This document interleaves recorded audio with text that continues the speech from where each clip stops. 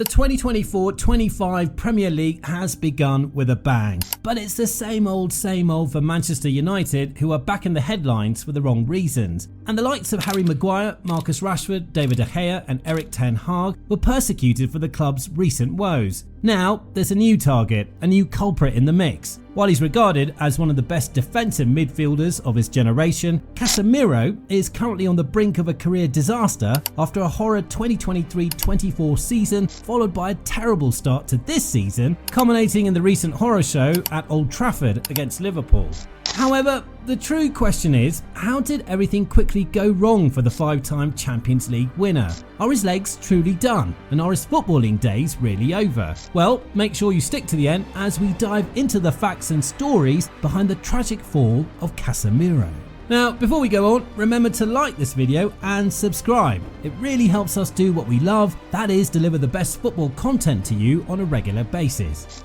Back to Casemiro. Well, let us take it back to where it all began. Making it out of the ruins of Sao Paulo to the top echelon of footballing dominance, young Casemiro's footballing journey was far from perfect. He sacrificed his initial striking role to be featured as a defensive midfielder, a position with lesser competition and guarantees more playtime. And that decision changed his life forever. So much so that at 18, the Brazilian midfielder debuted for Sao Paulo's first team. 3 years later, he secured a dream loan move to Real Madrid's B team in the second division. After another loan move to Porto, Real Madrid finally got their man in 2015 for a fee worth around €7 million. Despite struggling to make it into Rafa Benitez's first team, it was under Zinedine Zidane in 2016 that Casemiro became a first choice option, playing an important role in the infamous three-peat Champions League winning Real Madrid squad. The generational trio of Casemiro, Toni Kroos and Luka Modric had the world of football on a string. As Kroos and Modric advanced and linked the defence to offence, Casemiro held the fort defensively and snuffed out any danger in and out of possession. His aggressive and hard-tackling style of play earned him the nickname The Tank,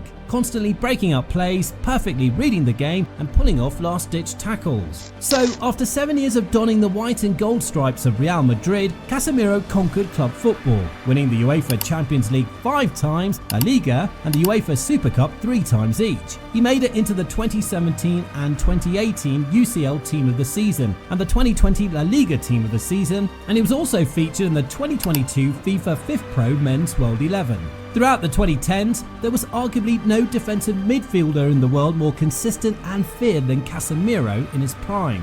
So, with the appointment of Erik ten Hag as the head coach in April 2022, the club began a new project of a long-lasting rebuild. That summer, Manchester United went deep into their pockets and splashed a couple of $100 million on bringing Anthony Martinez and Malacia to Old Trafford. But after failing to get their long-time midfield target, Frenkie de Jong, the next best man on the market was a 30-year-old aging but consistent and experienced defensive midfielder. Don't get me wrong, Casemiro still had some fuel in the tank. Even in his final game for Real Madrid, he was named the man of the match in the 2-0 win over Eintracht Frankfurt in the 2022 Super Cup. The only red flag that caught most eyes was the £70 million the Red Devils paid to bring him to Manchester. Considering that his career is slowly nearing its end with about 2 or 3 more years left to go, it was a questionable deal by United and an absolute bargain for Real Madrid. However, Casemiro came up big in his first few games for the Red Devils. He grabbed a game-winning assist in the 2-1 win over Everton before scoring his first Premier League goal from a header in the 94th minute in a 1-1 draw away at Chelsea. Now, after just 2 months in Manchester, he was voted Manchester United's Men's Player of the Month for October 2022 and also finished the season as the Men's Player of the Month for May and June 2023. However, the most obvious downside to his game early on was his lack of discipline and tackling. In his first Premier League season, Casemiro received 2 red cards, equaling the 2 red cards he had incurred in over 500 games with Real Madrid. Despite receiving the most red cards and missing a few games due to suspension, Casemiro showed up when it mattered the most in the EFL Cup final against Newcastle United, rising highest to head home Luke Shaw's cross to give Manchester United the lead in the first half. Another goal from Rashford extended the lead as the Red Devils were crowned Carabao Cup champions and lifted their first silverware in 5 years. Casemiro finished his debut Premier League season with 88 tackles, 52% tackling success and 34 interceptions recorded.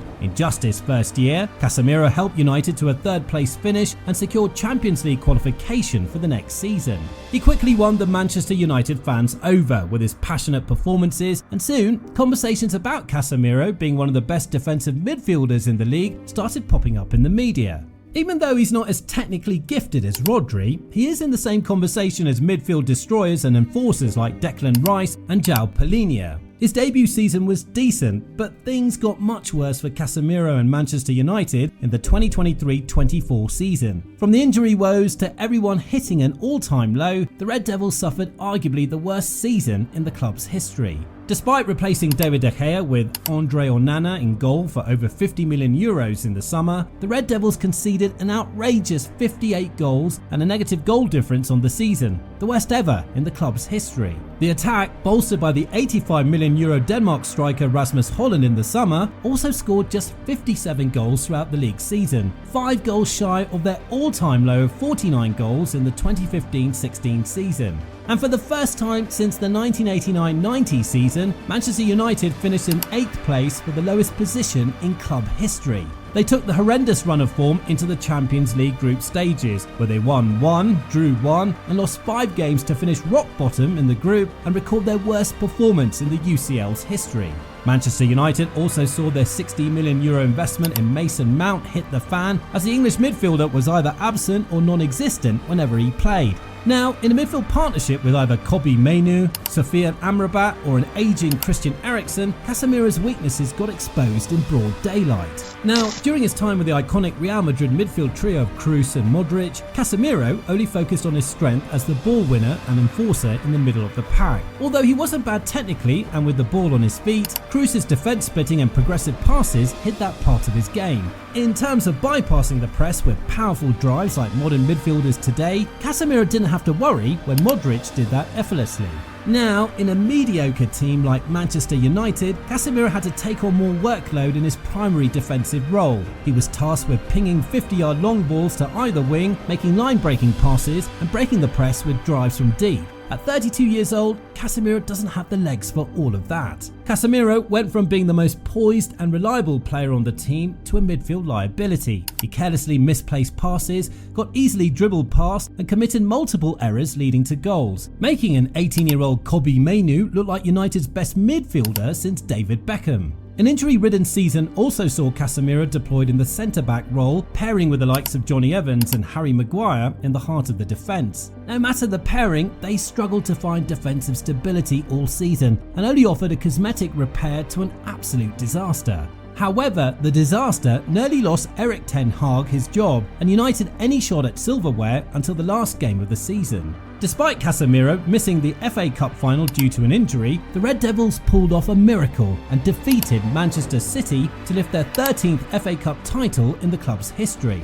Considering the horrible season they just had, that win felt much more than just another silverware in the cabinet. That win secured Erik ten Hag's job and gave the fans another sense of belief that something great was about to happen, rekindling another hopeless dream of trusting the process. But fast forward to the 2024-25 Premier League season, it's still the same old story. As always, the Red Devils got busy in the summer transfer window, splashing over £200 million to bolster the defence with 18-year-old Lenny Yoro, Matthias de Ligt and Mazraoui, anchoring the midfield with the Uruguayan talent Manuel Ugarte and adding another shiny pair of scoring boots in attack with Joshua Zirkzee. However, 3 games into the new season, the project is near its collapse. The season opener against Fulham saw Manchester United pull out a scrappy 1-0 win thanks to the 87th winner from the new boy Joshua Zirkzee. However, the unsung hero of the game was Casemiro. All game long, the Brazilian had the midfield on lockdown. He completed 81% of his passes and created 3 goal-scoring chances. He won 56% of his ground duels, completed 50% of his tackles, recorded 4 clearances, 1 block and completed all his long balls. That performance was like watching Casemiro during his prime days with Real Madrid all over again. However, a week later at Brighton, Manchester United got absolutely hammered by the Seagulls, losing 2-1 after João Pedro landed a 95th minute dagger to the hearts of the Red Devils. Although it was a close loss, Manchester United didn't play special or have an identity of playing that the fans always yearn for. It was the same old counter-attacking style of football Manchester United is well known for, with the midfield getting absolutely owned by Brighton and Casemiro absolutely gassed out and outplayed throughout the game. It was horrible to watch for the travelling away fans and every United supporter around the world. Unfortunately, in the next game at home against Liverpool, things went from bad to worse thanks to Casemiro's horror show. In just 45 minutes, the Brazilian completed a single long ball, got dribbled past twice, won just 40% of his ground duels and completed 70% of his passes. His two outrageous errors before half-time led to Luis Diaz's double to give Liverpool a 2-goal lead in the first half. Erik ten Hag saw enough of Casemiro's ridiculous circus show and replaced the Brazilian midfielder with a 20-year-old academy graduate, Toby Collier, during half-time, before Mohamed Salah added salt to United's injury with another goal in the second half, taking the scoreline to 3-0 and dropping Manchester United down to 14th on the Premier League table. We've seen Casemiro have some bad days at the office, but that game was horrendous, a stark opposite of the world-class midfielder that ruled world football over the past decade. In the words of former Liverpool defender Jamie Carragher, honestly, I hope we see Casemiro back to his very best soon. However, with transfer rumours about a move to the Saudi League going on in the media, Casemiro's days in Manchester might finally be over, but only time will tell. Now, do you guys think Casemiro will come back from his fall? Or are his footballing days truly over? Well, let us know your thoughts in the comment section down below. And while you're there, please leave a like on the video and subscribe to the channel for entertaining football stories and videos. Until next time guys, take care.